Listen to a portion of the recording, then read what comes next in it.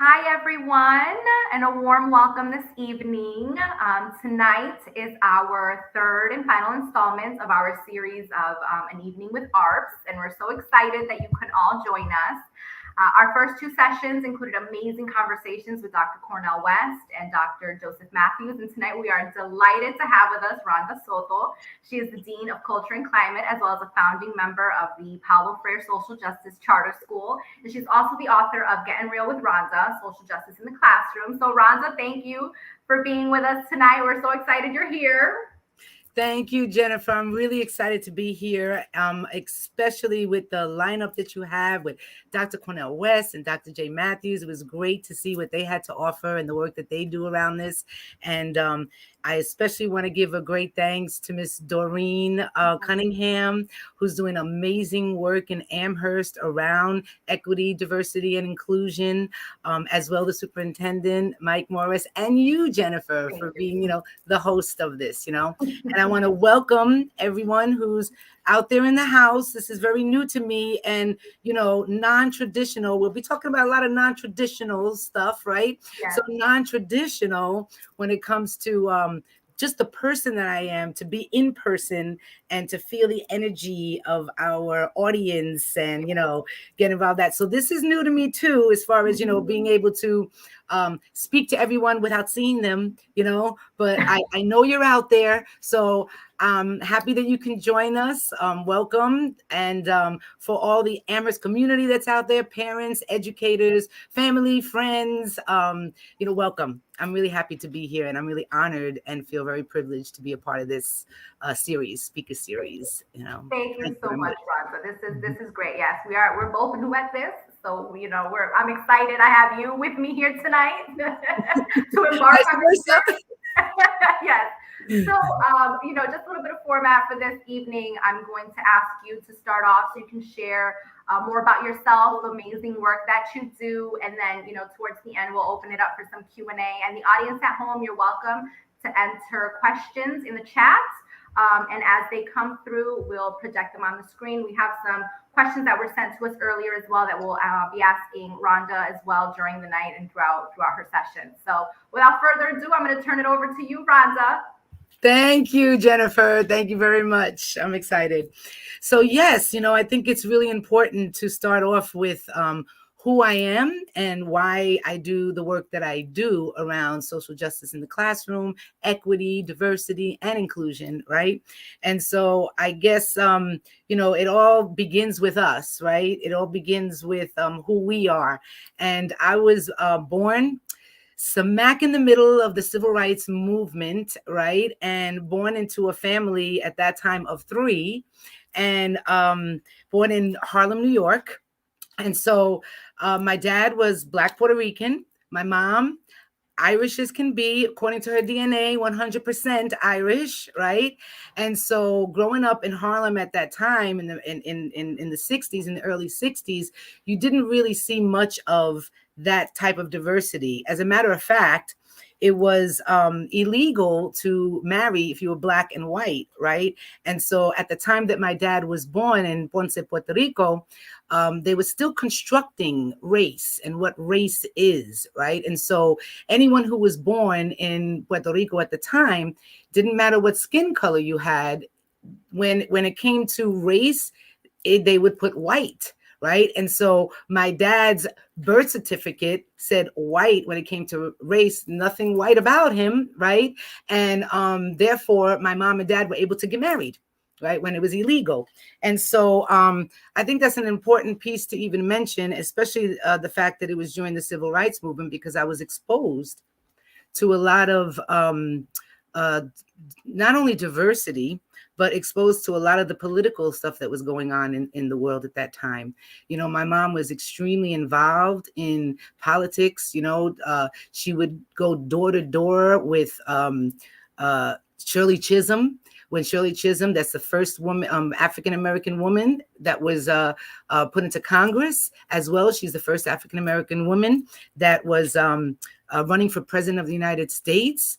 And I would not have known that especially in my education, because even through my elementary to my high school to my college, I never was taught about Shirley Chisholm, right? However, because I was involved with, or my mom was involved politically, I was able to get exposed to those things as well.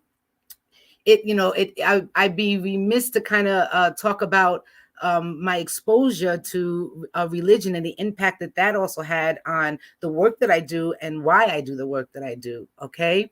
And so very interesting that my dad, he was like really at the time that I was born, he was working in a tool company, but he was in college majoring in anthropology. So his idea is that we can evolution. So he would take us to the Bronx Zoo and we would watch the apes for hours, and my mom, who is Irish and was really in her core a pagan, and would talk about the goddesses and nature and how important nature is to us. And so my grandmother on my dad's side was a devout Catholic with her rosaries always with her, right? And my grandmother on my mother's side, who we used to go to her house after school every day, she was a Jehovah's Witness and would take us to the Kingdom Hall sometimes. And my grandpa, who married my grandmother with 7 kids, he was from China, and he would take us to the Buddhist temple, right?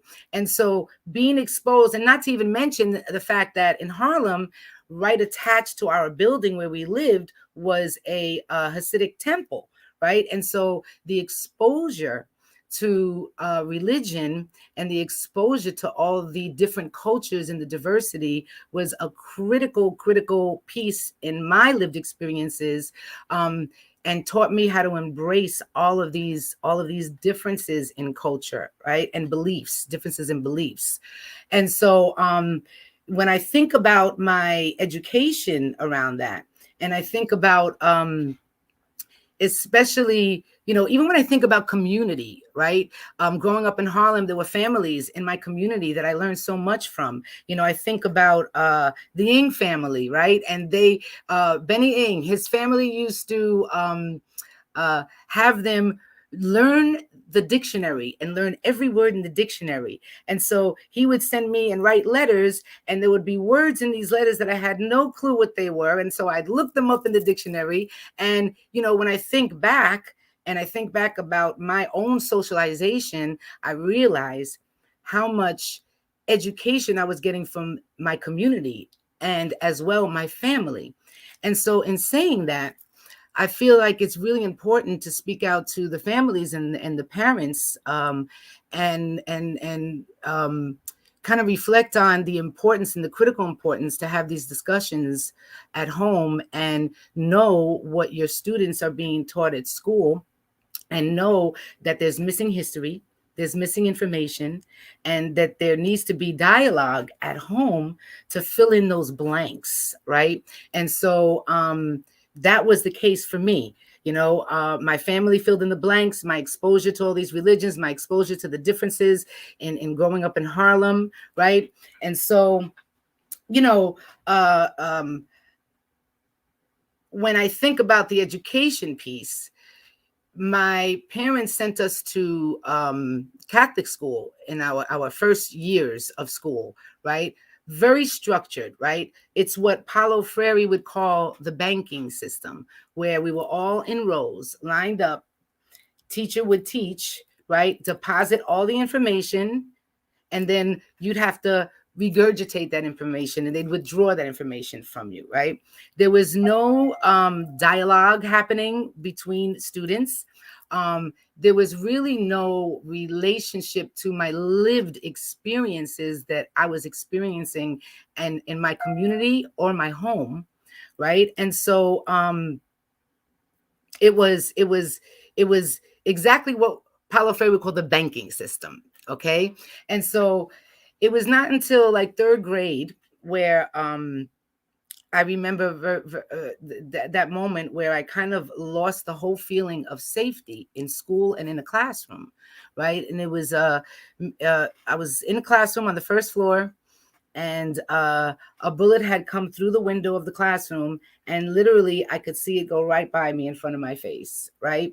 And so that day when that bullet came through is when my feelings of safety went out the window, right? And so I believe that what ended up as a result of that is the heightened how can I say, heightened intuition, heightened sensitivity to emotions and to people, being very observant about around my environment, right? And so this also speaks to some trauma, right? And so when we think about our students and we think about what our students either have experienced in their lives or any trauma wired brain coming into the school, know that there's a heightened sensitivity to whether or not you want to be there, right? Where your emotions and intuition comes with them, right? Around, when they walk into that classroom, and for the teachers, that are like standing by the door and welcoming them with a big smile or a hug or a high five or or whatever. It's really important that your reactions, your feedback to your students show that you want to be there and you want to make that difference, right? And I think that for me, it starts when I open my eyes in the morning, right? It starts with the first thought that I have in my head. And for many of us, when we think about what's been happening in education, when we think about what's been happening in our world, the pandemic, the post-pandemic, right? For many of us, it's really, really difficult to be engaged, right? Even for the teachers. For many of us, it's really difficult to get up in the morning and say, okay, I'm going to go and I'm going to make this difference today, right? And so I know for myself, I feel like the first 15 minutes of you waking up is really the most important. Your thoughts. Are you thinking, which I know a lot of burnout, there's a lot of burnout with teachers and education now, especially what's been happening. Not a lot of non-traditional settings are happening, which actually will go with the changes, because there's a lot of non-traditional strategies in the classroom, in education, that need to be implemented, right? Because guess what? We all have been socialized in a traditional setting, right? We've all have had missing history in our education. We've all had misinformation in our education, right? And so when it's so important for you, for anyone, to really sift through how you've been socialized to think about, number one, the population that you serve, right? And number two, to think about how you've been socialized to think about discipline, teaching, and the strategies that you use for teaching, right? And also to really be to also do the work on yourself on knowing what that missing history is about, and knowing, because we talk about dismantling racism, right? And I always say that you really cannot dismantle anything that you don't know how it was built to begin with. I mean, I guess an analogy for that is like when you have a building and you're going to dismantle the building, you have to literally go through the whole structure of how that building was built, where all of the important places are where you can put that dynamite, right? So that the building doesn't just dismantle all out and affect everyone else around it, that it dismantles in, right? And so I feel the same way about work around race, class, and the intersections, and social justice and education and all that. You need to know how it all began. You need to know how these policies, these practices, these strategies, these, putting rows in seats. And, I can't help but to think of my very first teacher of color, which was not in Harlem, which was as an adult, going into HCC, Holyoke Community College, when I went back to school as an adult, and I had and she's from Amherst, Miss Gloria Lomax, right? And I'll never forget her because she was, number one, my first real teacher of color, and number two, she had the seats in a U shape where we can all see each other, and we had discussions, we had dialogue, we shared with each other, we critically thought about the material that we were getting. She was always about positive reinforcement, to the point that almost every word that came out of her was a positive reinforcement, you know. And if she didn't have anything to say positive, she would say, you can star that. And you know, I remember this, and this is going all the way back to the 90s, right? As an adult going back to school.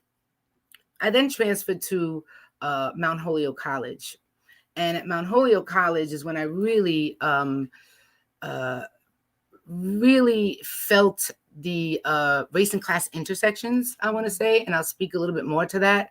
You know, it was a whole different class. You know, when you're coming from a low income environment or a low income education, or an education with a lack of resources, you know, going into any college, any college, is a middle to upper class culture, right? And so going into Mount Holyoke for me was a really great eye-opener, and it really pivoted me to doing this work even more so around social justice education, and even what is social justice, right? Because we all have a different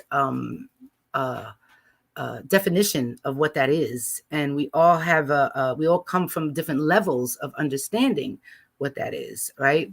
And so you know, it's so important to understand that. Like, I can remember being in a classroom and really thinking, wow, they're speaking English and I am lost.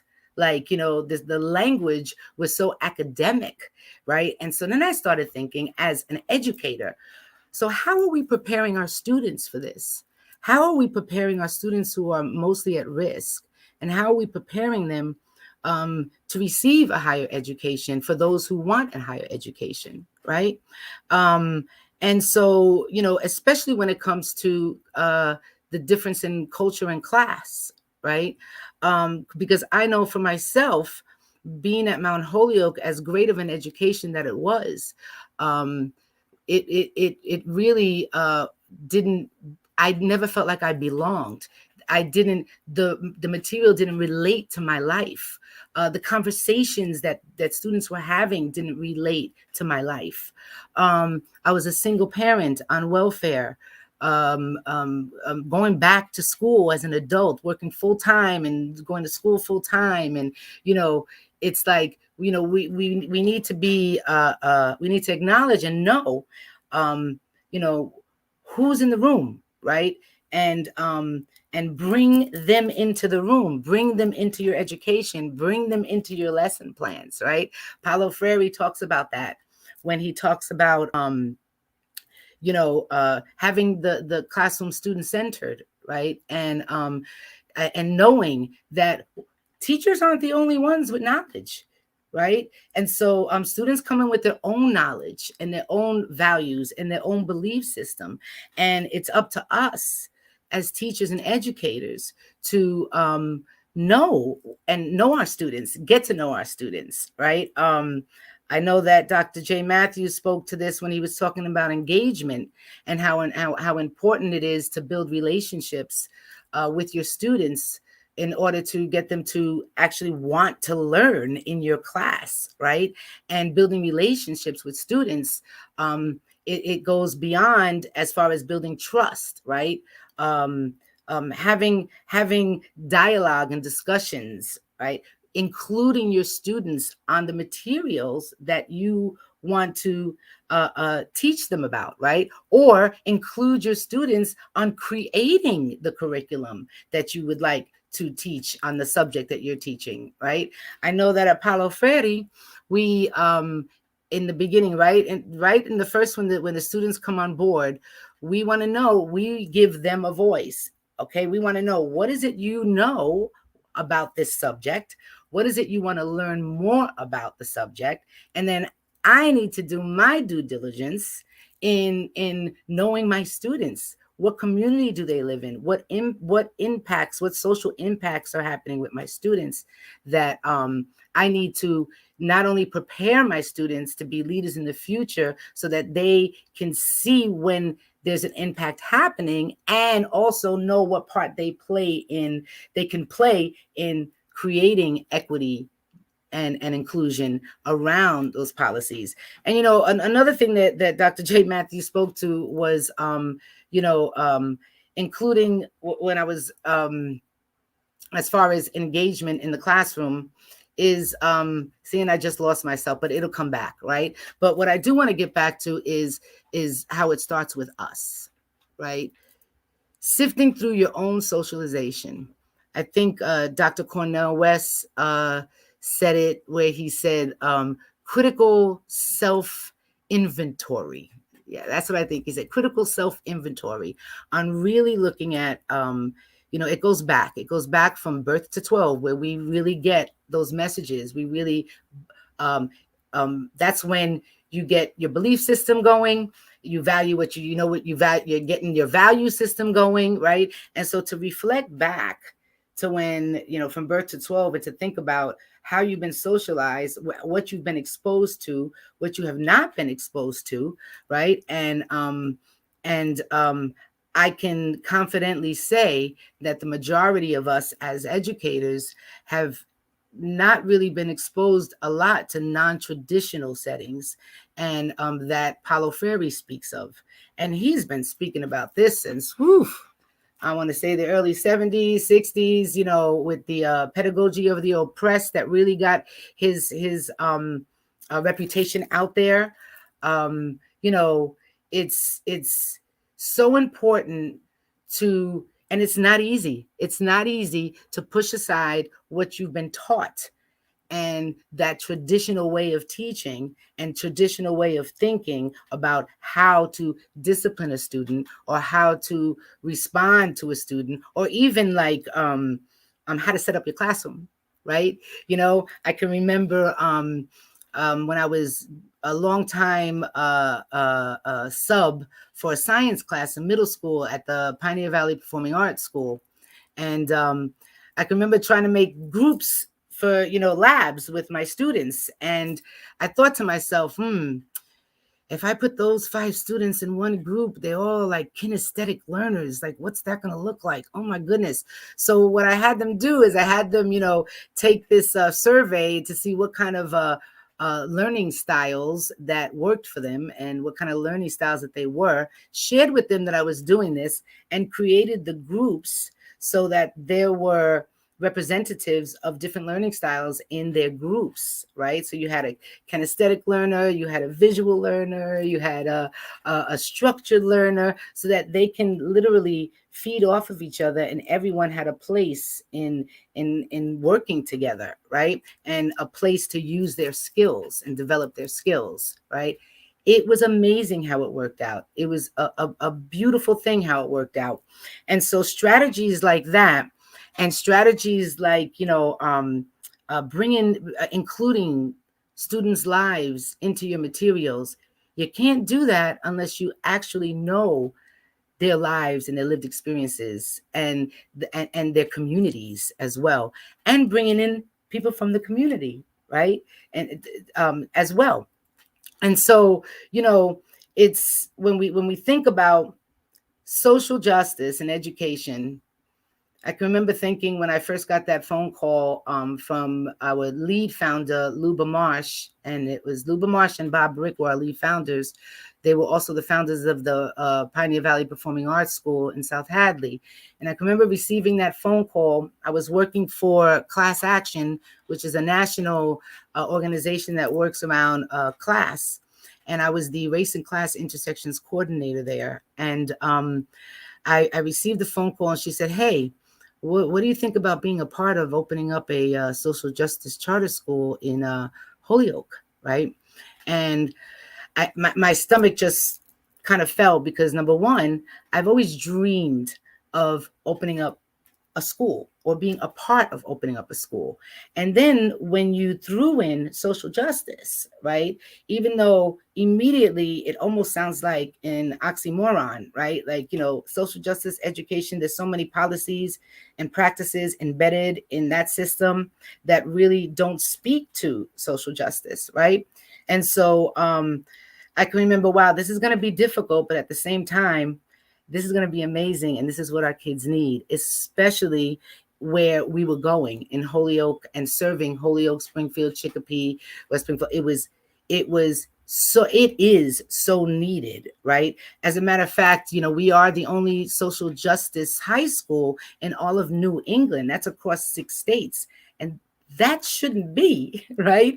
And I can remember the difficulty that we had in proposing and this type of school to the Board of Ed at first, right? And I believe it was, language. There's a lot to say about language and the language that we use. A lot to say about that, and right away when I said that, I kind of thought about the language our kids use, right? Because I'm always going back to the students, right? And there's words that are embedded in a different generation right now, right? Like the N word, right? And I think of Elizabeth Pryor, who is at Smith College now and doing a class on the N word, and I brought her to Paulo Freire to speak with our teachers around the N-word and what like when it comes up in books, when it comes up in the classroom, when it, how do you respond to it, as an educator, right?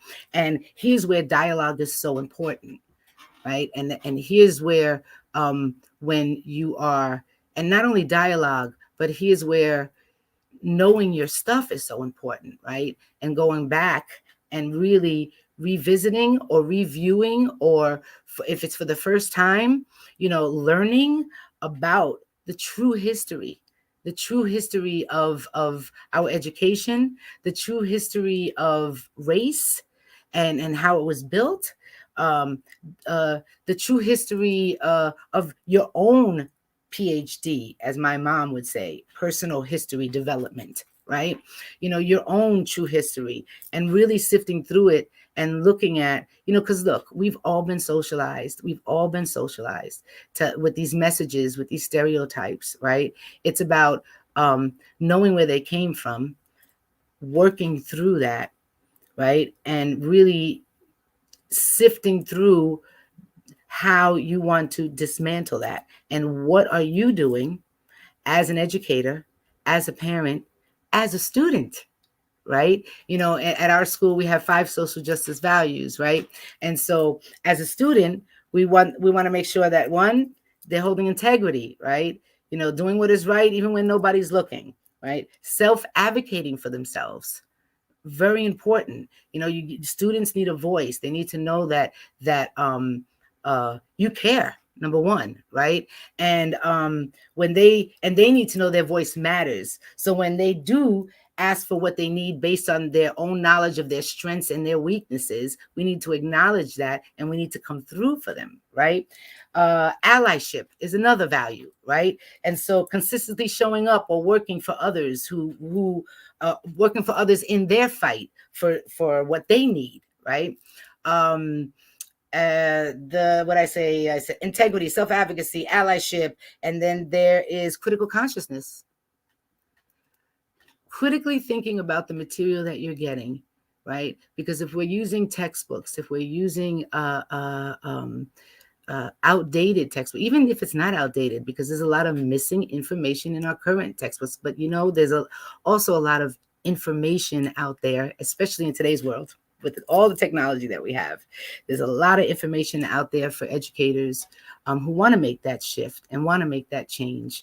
And I know that I go to a few resources where it's Facing History in Ourselves, Learning for Justice, which used to be the Tolerance forgot what it was called, and I'm supposed to forget what it was called because it shouldn't have been called what it was called. However, it's called now Learning for Justice, and also I count on my colleagues, right? And what my colleagues are doing. People like a Dr. Cornell West, people like a Dr. J. Matthews that have lived the experience, that have been there, done that. Their lived experience dictate the work that they do, like myself, and really wanting to make a difference and sharing with all of you what that might look like, right? Um, you know, it's not easy. It's not easy for parents, especially in this day and age. It's not easy for students of color.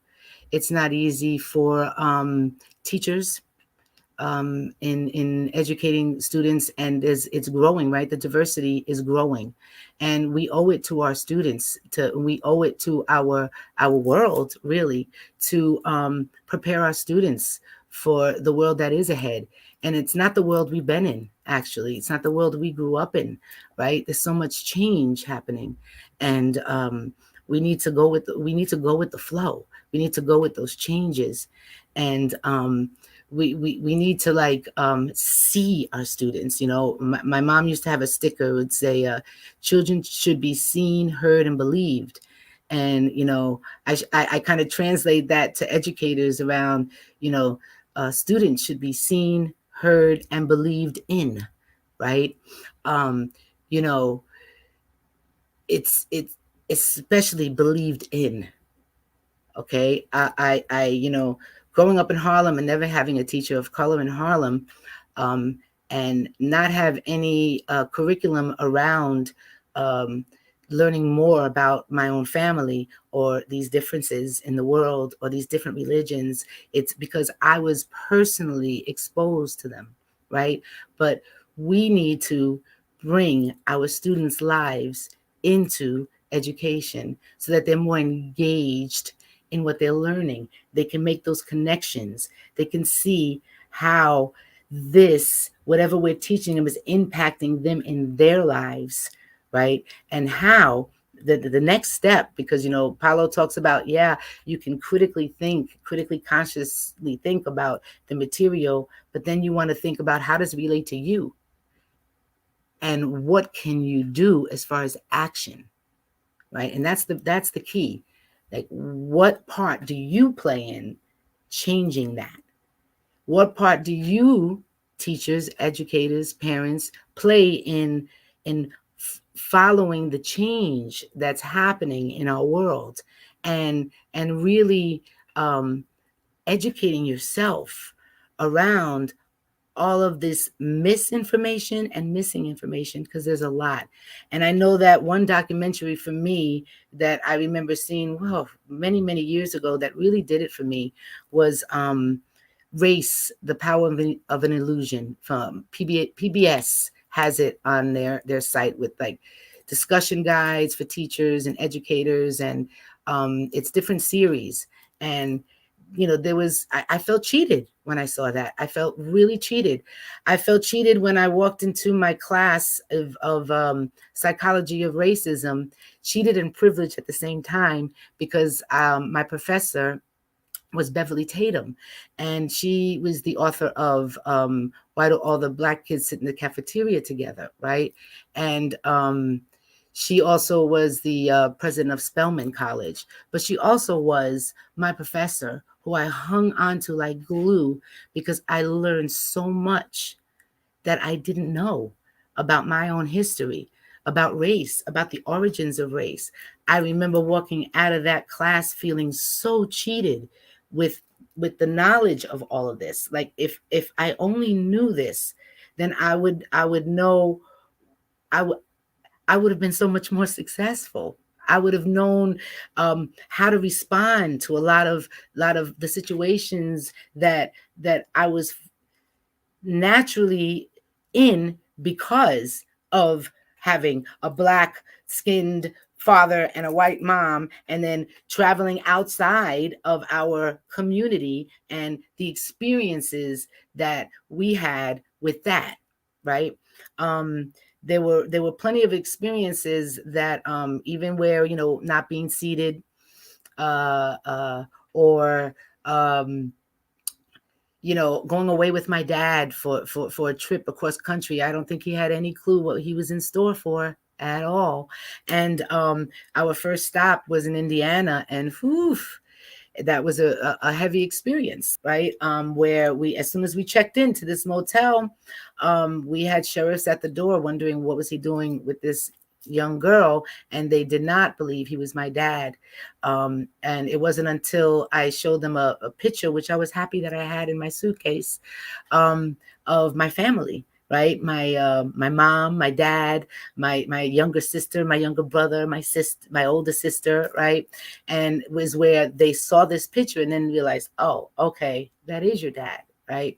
Needless to say, we left that motel, and the rest of the trip to California, we slept in his van, and didn't stop at another hotel, right, and had some other experiences along that way. But for me, that was my first time out of my own community and really seeing the lens of other people, and it was developing my lens as well on the deep harm that and that is done to all of us around the origins of race, this socially constructed thing we call race, right?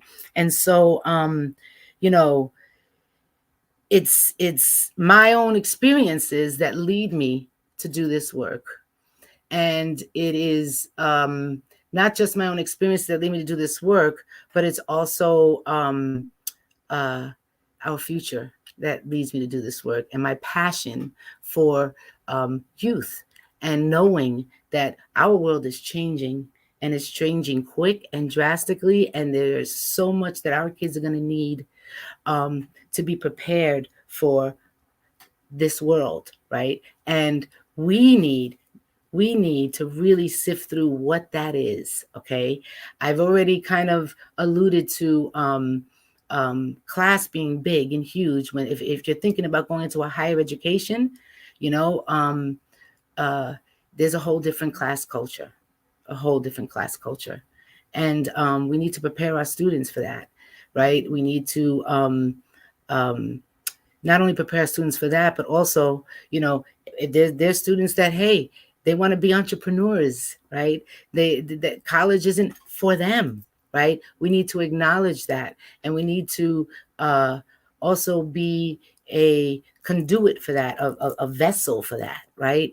And give them the necessary resources that they may need to go forward, and to be what they want to be, and to dream big and believe in them, right? I see that it's like going on 5:40, and I don't know if there's any questions, Jennifer. I know you because I can go on and on and on. Hey, Rhonda. I love it. I'm learning a lot, right? I've been taking notes. I've been taking copious notes, if you haven't noticed. But I want to highlight, right, before we get into some questions, and as I mentioned, so those watching, those in the audience who are watching, feel free to put your question in, because we will get to them. And I also have some questions that were sent earlier. But I want to highlight some things. And Rhonda, you and I touched base on this a little bit before we got on the live, about how when you live these experiences, right, when these are your lived experiences, when this is your lifestyle, right, just how much more genuine it comes across to the community that you're impacting, right? Students, families, staff, and how that work really, really comes through. So I really wanted to highlight that these are your life experiences. And I wrote down your mom's PhD, because I thought that was beautiful. Personal history development. We all have our own PhD, and it's so true, right? We all have our own personal experiences, lived experiences that really inform us and help us navigate through these things. So I love that. I jotted that down. I think that's brilliant. So kudos to your my mom's good. My mom can be brilliant. Yeah. Well, I mean, right? We have you. We have you as a testament to that. So I really love that. And another thing that I wanted to highlight, because it personally impacts me, you're right.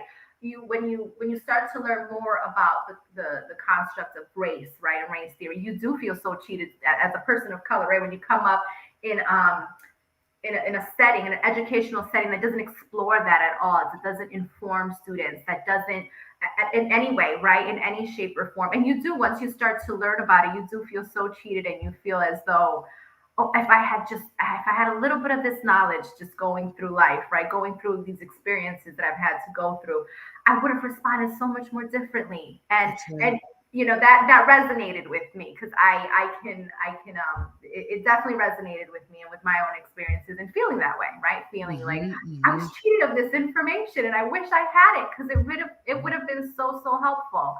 um so thank you for sharing your story, and I love to, I'm loving this. I'm learning so much also from you, Rhonda. So thank you. So Welcome.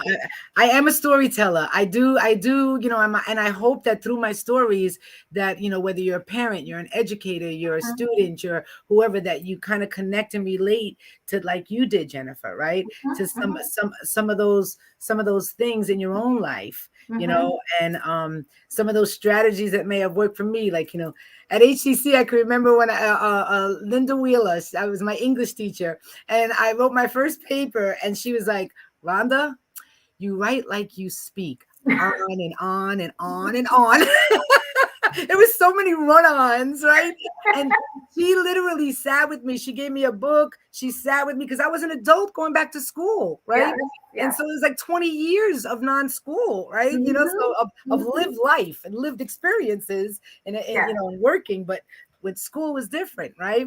And so when you think, it's educators are so important in your life. And when I think of the educators and the people in my education that were pivotal in my life, I could think of a Ruth Bass Green. She's also from Amherst, and she was my Mount Holyoke professor teaching multicultural education, and she was another one that really taught me so much about multicultural education and what that looks like.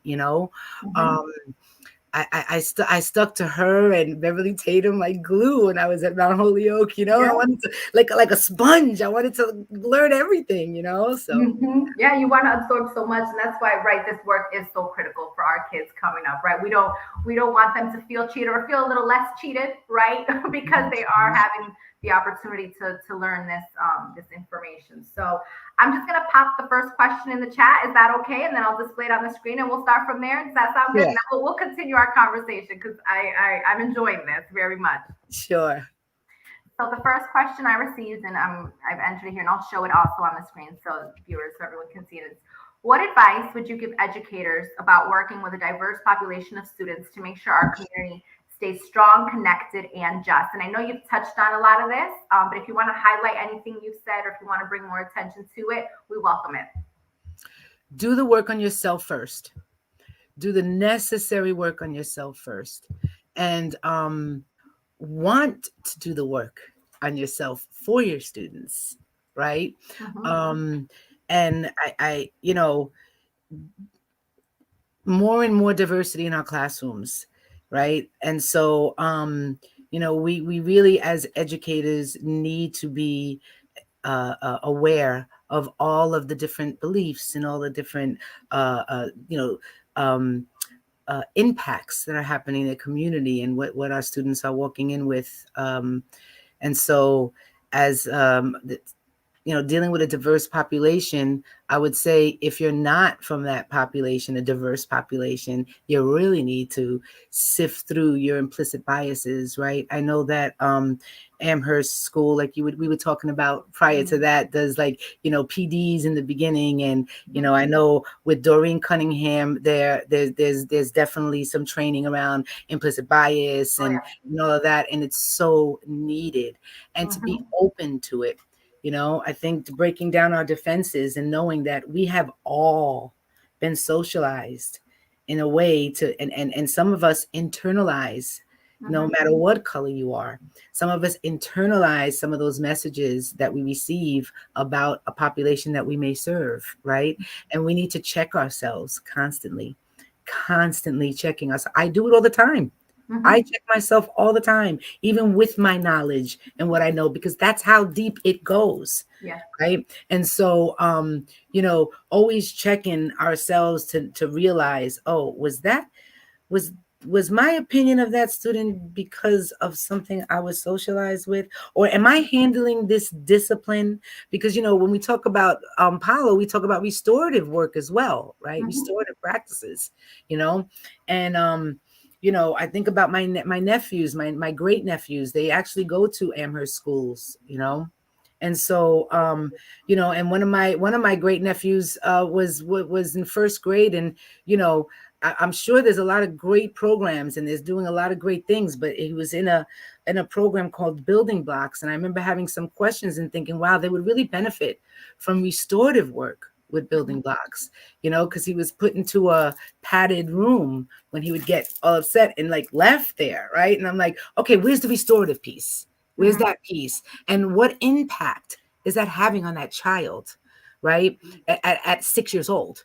Right. And what, when we talk about pipeline to prison or pipeline to mental illness or pipeline to however you want to speak, I think educators, see how I go on, even though it's one question, right? But when you're dealing with a diverse population, right, and you haven't lived their experiences, or they're coming in with trauma wired brains, know what does a trauma wired brain look like? No impulse control. Oh, so that's why that student just keeps rattling out things in class. Okay, what does it really look like? Fight, flight, or freeze. Oh, is that why they just leave the classroom? Or is that why they just... So we have to really know what we're looking for, and kind of especially when we're dealing with a diverse population of students, you're dealing with diversity. You gotta be informed around diversity to deal with diversity, Otherwise, we're cheating our kids. Yes. Thank you, Rhonda. So I have another question here, and this one is from, I'm going to display it right on the screen. It says, you mentioned energy work a bit. Can you talk about how this is beneficial, especially to students of color? Whew. When you talk about energy work and we think about I can remember growing up, yoga, your chakras, your roots, this and that. It was for the wealthy. It was for the white and wealthy, actually. And so I've never, even politics to me, when I would look at the TV, I didn't see anybody that looked like me. So I was like, whatever, and when I should have really been listening and instead I was listening to people like Muhammad Ali, which is great. I go through rabbit holes listening to his interviews nowadays, because they're so pertinent to what's going on. Right. And so, energy work is so important because we're all energy, right? And I know that we had a social worker, Casey, at our school that really used a lot. She was also a Reiki master, so she used a lot of this energy work with the kids, and sometimes even used the crystals and the properties, the healing properties, right?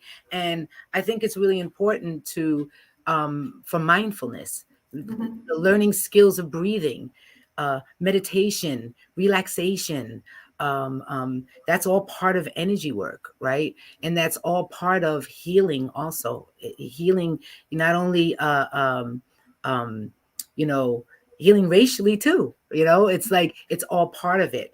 And so energy work to me is really important. And by the way, I work in a high school, and this generation is all up on that.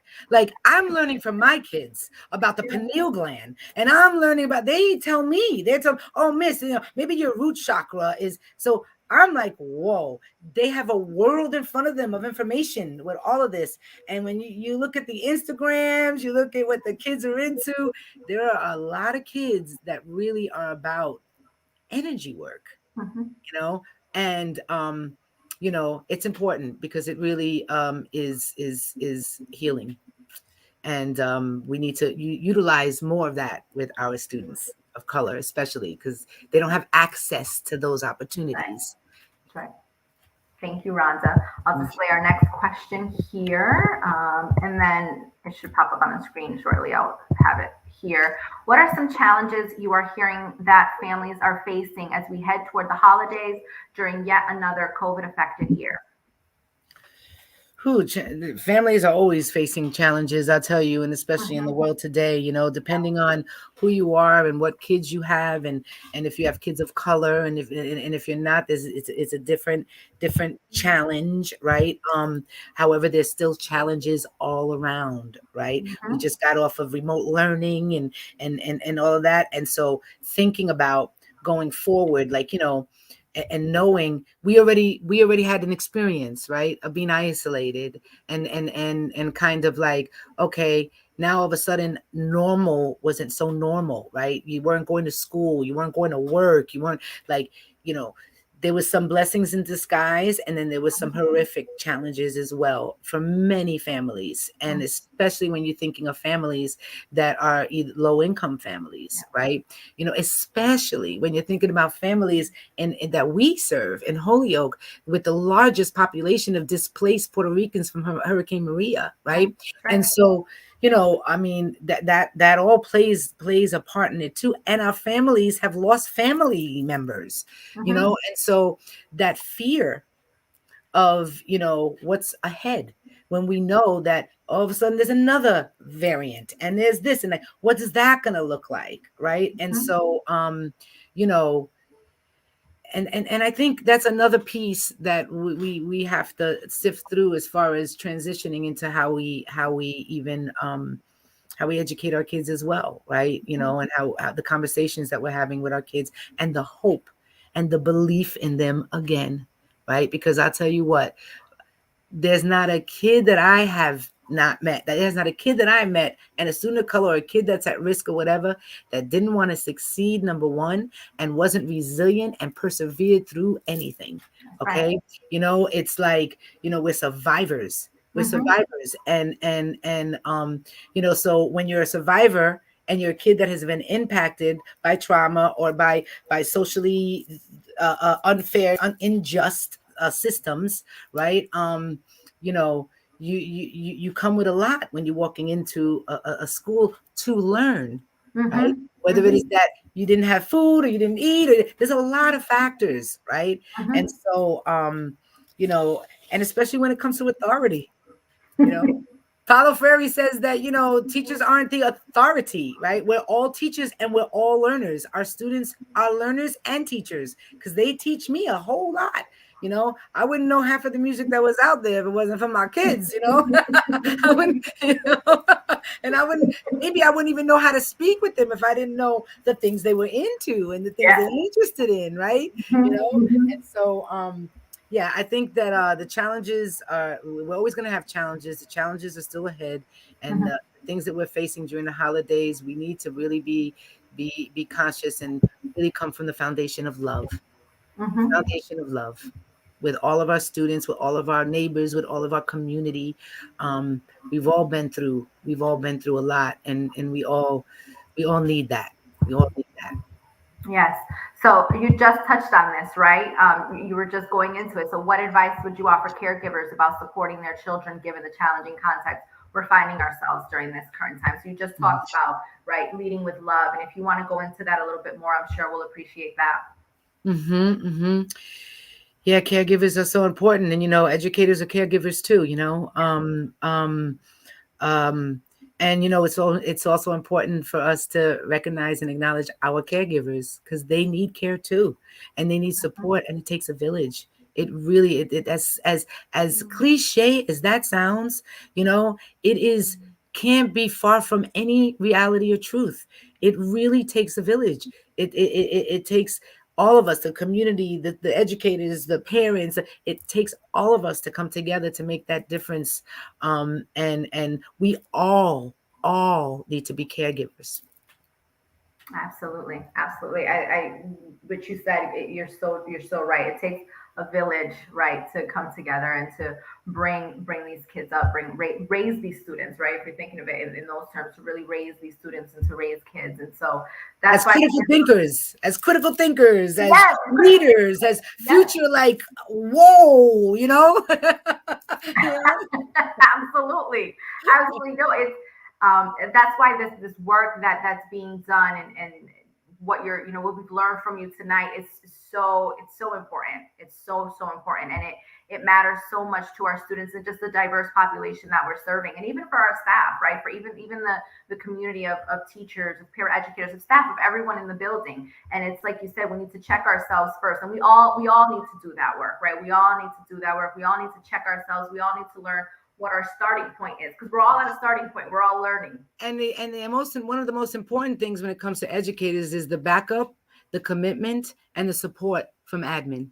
That's right. Extremely from the top down, because you need and if they don't, and if the person on the top doesn't have that lens, they need to kind of let somebody who does have that lens, come through and trust in them, right? It's so important for because without that, you're not going to be able to implement things that you would need to implement and change when it comes. I mean, they have to know exactly what does restorative work look like and how does it work, and that it works. That you don't have to punish a kid, you don't have to suspend a kid for so many days, that there's a different way to actually help them not only develop the skills to deal with conflict in a different way that they're used to, but I do it all the time. It works amazing, and so it's important for our leaders in education to also be on the same page. And I know that Mike is on that page, and given Doreen the also, and yourself and whoever is working with him, trusting in their ability to make that change and to implement. And when we talk about structures and policies, that's where it starts, right? And it starts from the top, right?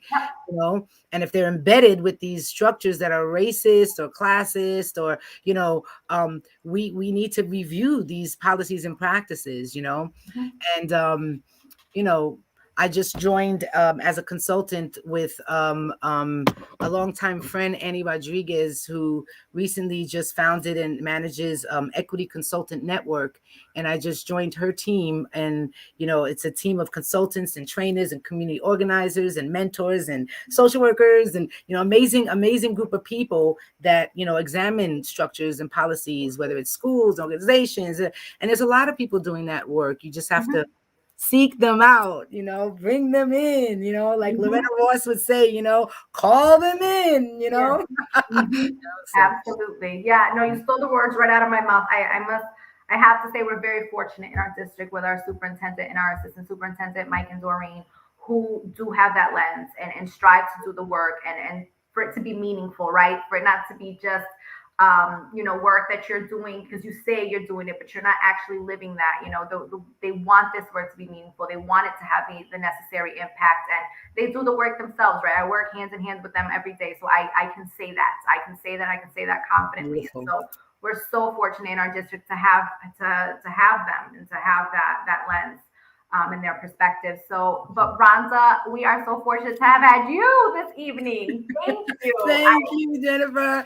Yes. I'm humbled and honored and all of that, Absolutely. This has been such a wonderful wrap up, a wonderful, just wrap up to the series. Having you here tonight with Dr. West, Dr. Jay Matthews, and you. We've learned so much. They've been so informative and enriching, and it's beautiful to be able to sit and listen to people that you can relate with, right? And hear things that resonate with you, with your own upbringing, your own experiences, and know like you've lived this, right? This isn't just a textbook that is telling us how we should feel or what we should know, but these are lived experiences. These are our PhDs. I'm staying with that. That's right. I stay with that. I will say where it came from. I will give credit where credit is due, but I am staying with that. I think that's amazing. I find it to be brilliant. But again, thank you, Rhonda. This has been a great hour to share with you. And thank you everyone who's watching and sent your questions. Very much appreciated. So good night, everyone. I hope you all have a wonderful evening. Thank you so much. Thank you. Thank everyone too for joining us. Thank you so much, Jennifer.